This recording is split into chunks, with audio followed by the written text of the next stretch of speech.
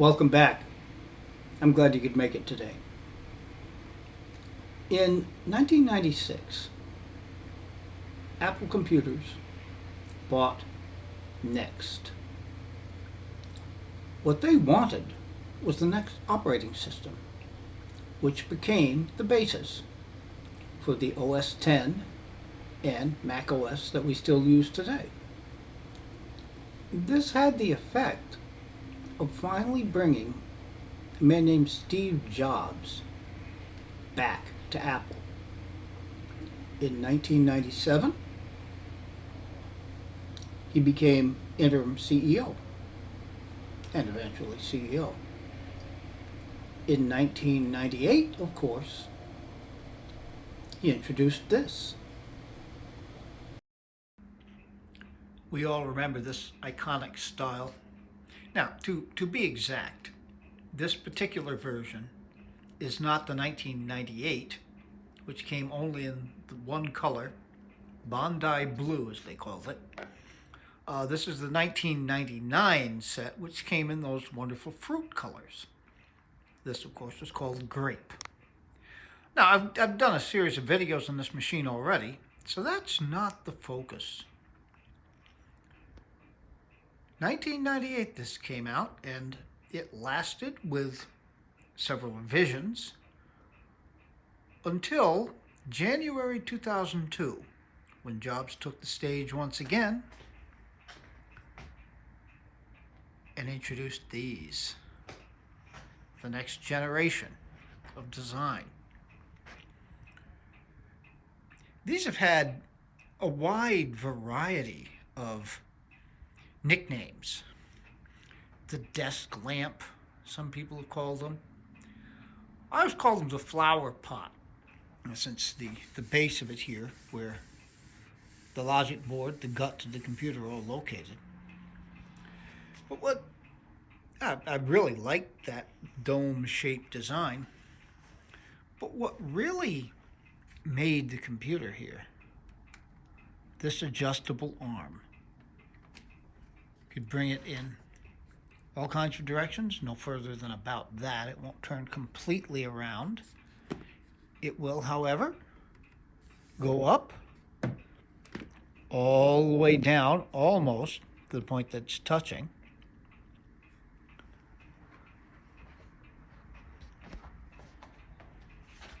And here. Now, I'm a little focused on this smaller computer, since this is the one I'm going to start out with as we actually boot them up for the first time. And we'll get to this guy over here in a bit. For the purposes of these videos, I have got the Apple Pro keyboard. This is exactly the keyboard that shipped with this iMac, the iMac G4. And in fact, this Apple mouse also shipped with it. Rather matching there. Quite a jump ahead of the Puck mouse, of course. Now these speakers, they were seen first, at least a version of them, with the G4 Cube. They're designed by Harman Kardon, so they're obviously very, very good speakers. And this version, the Cube, used a USB connection. This version, however, had a proprietary port. This plug here, plugging in here. It looks almost like a standard headphone jack, but it isn't. You couldn't plug a standard headphone plug into there. All right, the other ports that it has, that's for an external monitor, 3 USB, sadly 1.1, telephone, that's the power, we'll need to be plugging that in, won't we? Ethernet, of course, 2 FireWire 400s, and that's the built-in speaker, although you could plug in other speakers, either USB speakers or using the provided headphone jack here. And this is the 2002 version. Just to see the difference here, since we're looking at the two of them. Power button, of course, it's in the same place on the other machine. Here they've moved the audio I/O over here. That's the jack for the Pro speaker headphone. Oh no, that's the jack for the Pro speaker headphone. That's microphone. Okay, Ethernet, telephone, power cable. Again, 2 FireWire 400 ports, 3 USB 1.1. The last versions of these did finally get USB 2. And again, the external monitor. Both of them have in a similar place a Kensington lock slot. All right. So I'll cut away now. I'll get that power cord plugged in, and let's take a look at what's actually on these machines. Stay tuned. All right, one of the drawbacks of using this keyboard is it lacks a power switch. So I'll have to step around to the back. I wonder why the chime interrupted in the middle.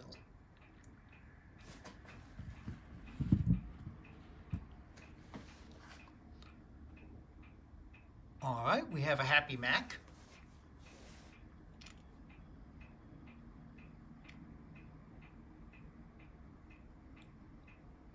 I'm glad he's happy. It would be nice if he would do something. Okay. Oh, we've got OS 10. It's got to be an early version of OS 10. I think it was it Jaguar or was it Panther where Happy Mac disappeared? And we'll find out. Oh yes, initializing network. And that always took quite a while.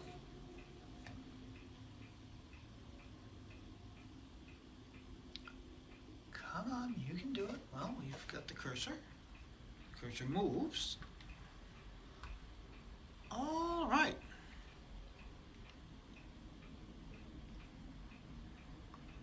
So let's have a look here. 10.1.2. Okay, I believe that's the version of OS 10 with which this machine shipped. In fact, I even think it was the 0.2 revision, so it hasn't been updated, obviously. 768 megabytes. All right, these machines are strange. Speaker connection.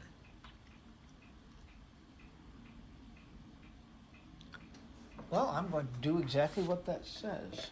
I don't really have any files with which to test it. Now, it may be that the USB cord is bearing on it.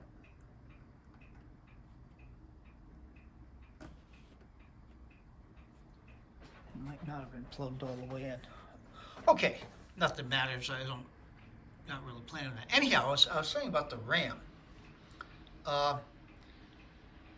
These machines had the strangest RAM configuration I think I've ever seen in a desktop computer. By the way, the time is of course wrong. They shipped, I think, with 512 megabytes of RAM, and the maximum it can possibly address is 1 gigabyte. Now, the odd configuration is that if you turn the machine over, the base, or the cover on the base on which the machine is sitting right now, comes off quite easily with captive screws, no less. And you're able to access very, very easily the slot for the airport card and a RAM slot, one, which when it shipped from the factory came empty. Actually, yeah, it shipped originally with 256 gig. Um, Not gig, yeah, right, 256 megabytes. Uh, and it could be very easily upgraded to 768 by putting a laptop size module, into that slot. Then just put the cover back on, no problem. And obviously that's been done. Uh, Once we do finally open this up, we will find a 512 module of laptop RAM in that second slot. Now, you have to go further in disassembling it, and it becomes much more difficult. That was the supposed user upgradable RAM. By going further in disassembly, you would get to the logic board, and plugged into a slot directly to the logic board would be another module of standard desktop sized RAM. So this machine combined one desktop sized module and one laptop sized module. I don't recall seeing another machine where that happened. So one or the other. All right. Now, being 10.1.2, we're not going to get to System Profiler.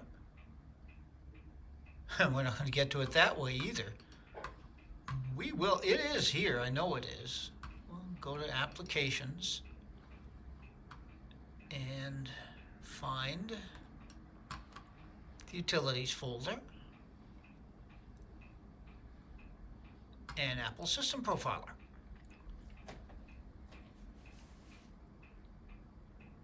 Which is still the old OS 9 style of System Profiler. But what do we see here? The system 10.1.2 with a startup device called Mac HD. A built-in memory, 768. Video, okay, the video RAM is 32 megabytes, which is at least serviceable. All right, it's an 800 megahertz PowerPC G4. It's not that bad.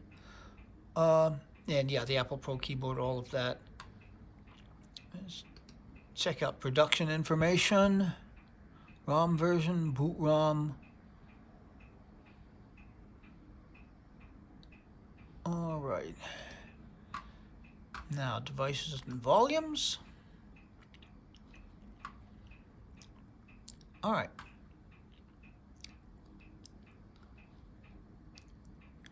Oh, that's interesting. The output on a USB bus, Mitsumi Electric. I don't know what that is. That's okay. That's the maker of the keyboard. And I do recall this. This mouse was actually a Logitech product. Logitech produced them specifically for Apple. Okay. So, graphics card. Oh, it's an NVIDIA GeForce 2. Okay, and we saw earlier the 32 megabytes of RAM. Now, the hard drive. 60 gigabyte hard drive. All right. That's, you think about it, the original iMac G3 had a 6 gigabyte hard drive, so progress has been made. And what have we got here? Okay, yeah, it's a DVD reader only, CD read write. So it will burn CDs but not DVDs, but it will read DVDs, which is useful. All right, and that's the actual information on volume. Okay, I think that's probably all we need to look at here.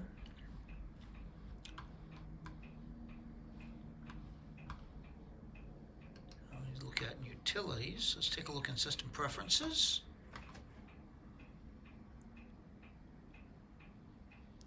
Check the display, see what the resolution is. 1024 by 768. That's actually very good. There's still somewhere to go in the brightness, so this screen is in very, very good shape. All right. Now, classic.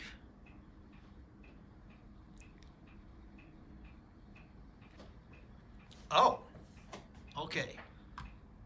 So that would indicate that there is no OS 9 installation here. And we can verify that here. Yeah, looking for the startup disk. This machine should boot into OS 9. And in fact, OS 10.1, Puma, was not a standalone operating system by a long shot. Okay. Let's see here. In applications,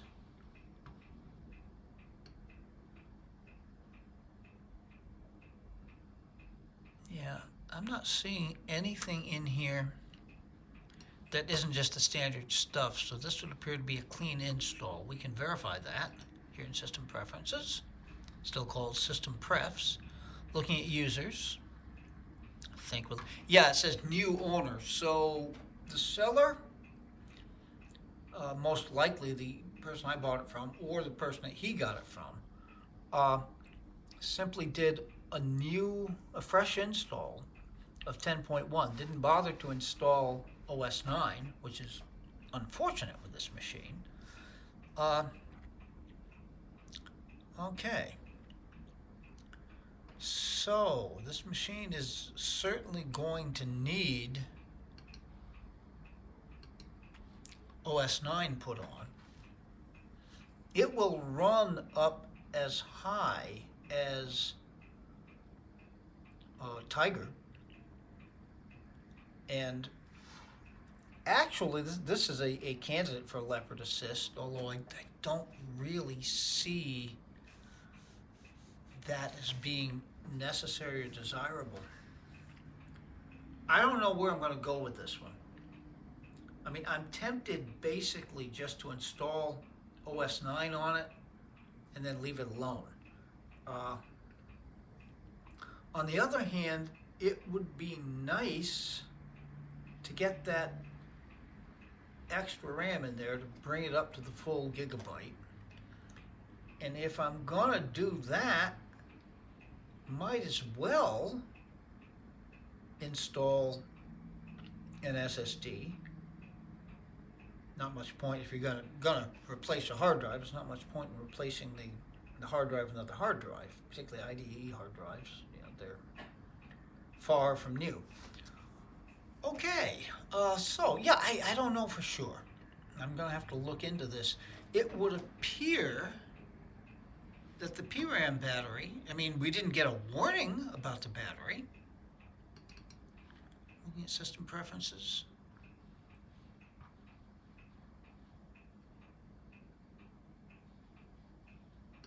Internet.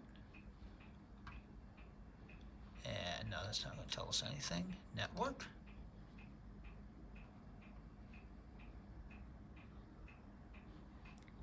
Show built-in Ethernet. Okay, it's got an IP address, so it's obviously reading the network. Okay. Well, let's go to date and time.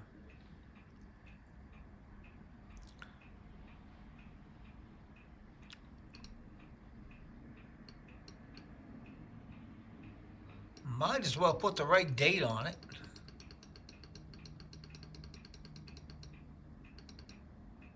(2020). It says December. Okay. And today is, and we're all shut up inside. It's hard to keep track of what it is. I guess it doesn't, well, network time.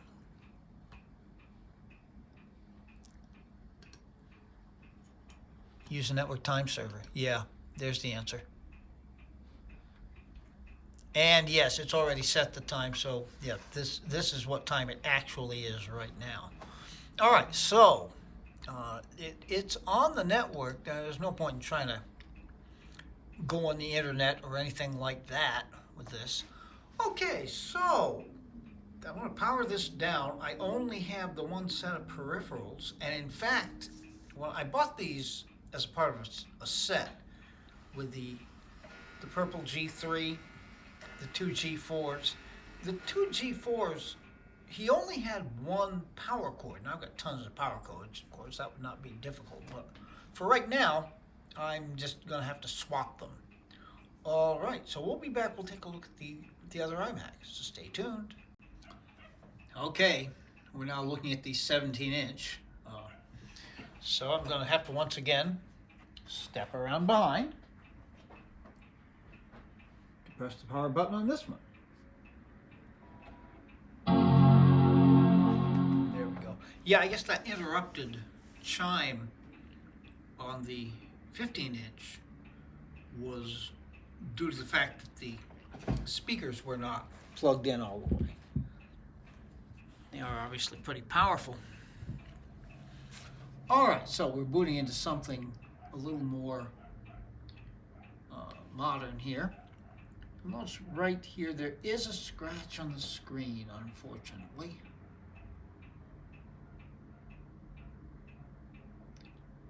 It is kind of handy in terms of recording this, that you can move the screen around all sorts of different directions. And we have leopard. Okay. We have leopard.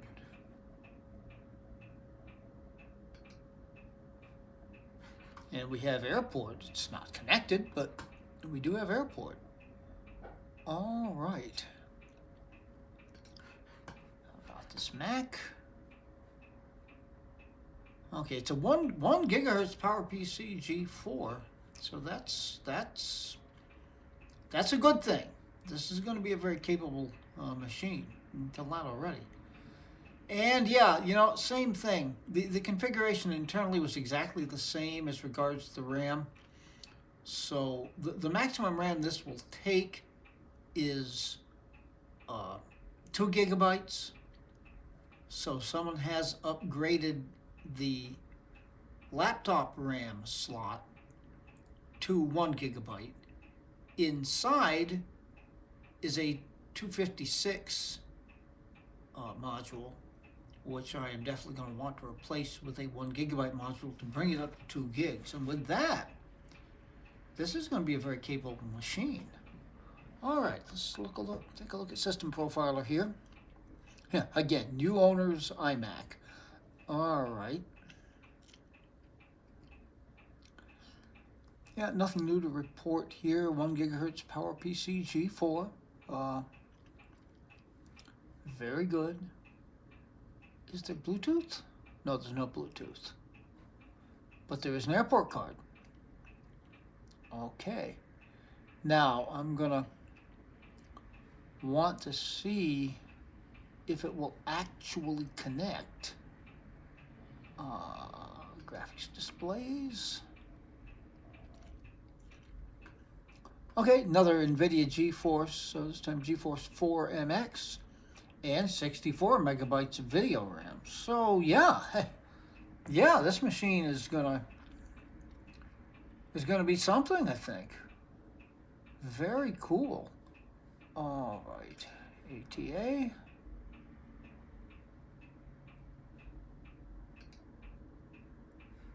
Okay, it's an 80 gig hard drive. So that's a step up.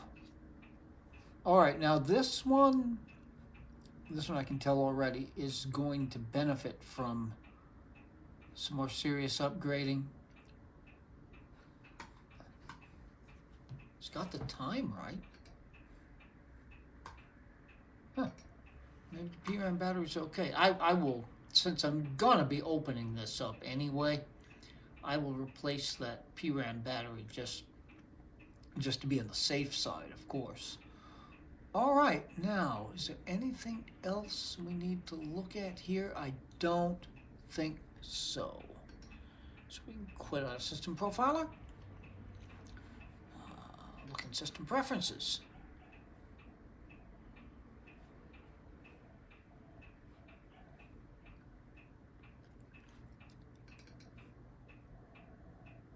See if we're on the maximum resolution. No, we don't want to change the display mode. Yes, we are. 1440 by 900, which is good, I think. All right, now.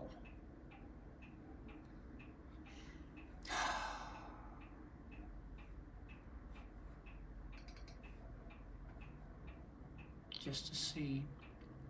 Yeah, it's already set up to, and probably because it had wireless, it has already been set up to sync to the time server. Okay, well, this is good. This is good. And, you know, new owner, we're going to find the same thing here as regard. Hello, come on. There we go. Let me switch that to icons. Yeah, there's not going to be anything. I mean, there's obviously some other things in here than there were on the older machine. This would not be the last iteration. The last iteration had the advantage of USB 2, but it also had a slightly more powerful processor. I think it was 1.25 gigahertz. But yeah, this is a worthy machine. All right, now one other thing I'm going to do here. Well, it's seeing all of the networks.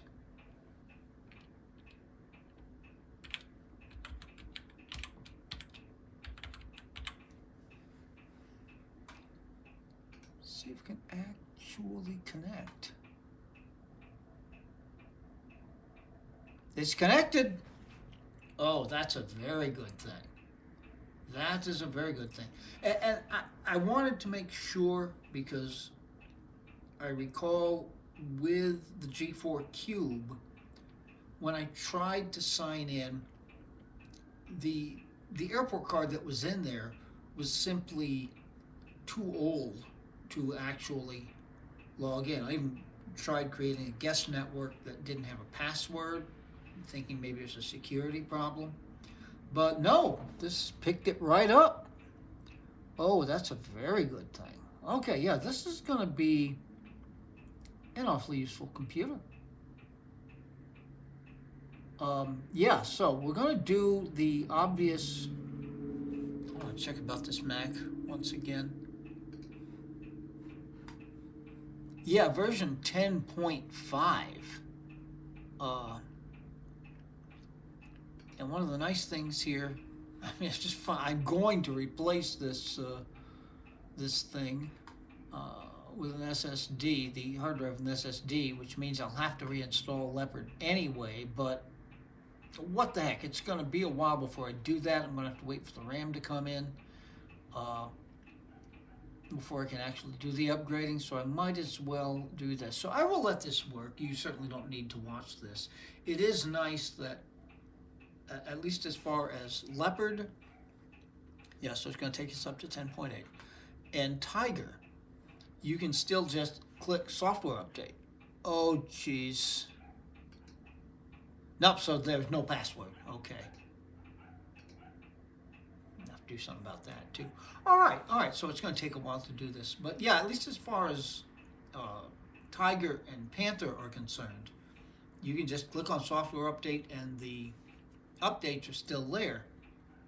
Panther and earlier, you've got to search through Apple's archive site in order to find the updates. They're still there, but it's not nearly as easy a thing. I've gone through and saved the files for most of those updates, so whenever I get a new computer set up, I don't usually have to go searching for them again.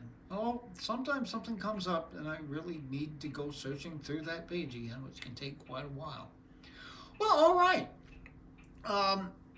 We'll definitely be seeing more videos concerning this 1 gigahertz machine. No question. As far as exactly what I'm going to end up doing with the other one, I really don't know, but we'll figure that one out. This becomes a suitable time to end this video. Anyhow, I hope you've enjoyed looking at these G4 iMacs. They're beautiful machines, incredible design. In fact, I can only think of one thing that would improve them. Fruit colors. Anyhow, be good to other people. They deserve it. Be good to yourself. You particularly deserve it. And take very good and careful care. We'll be seeing you soon.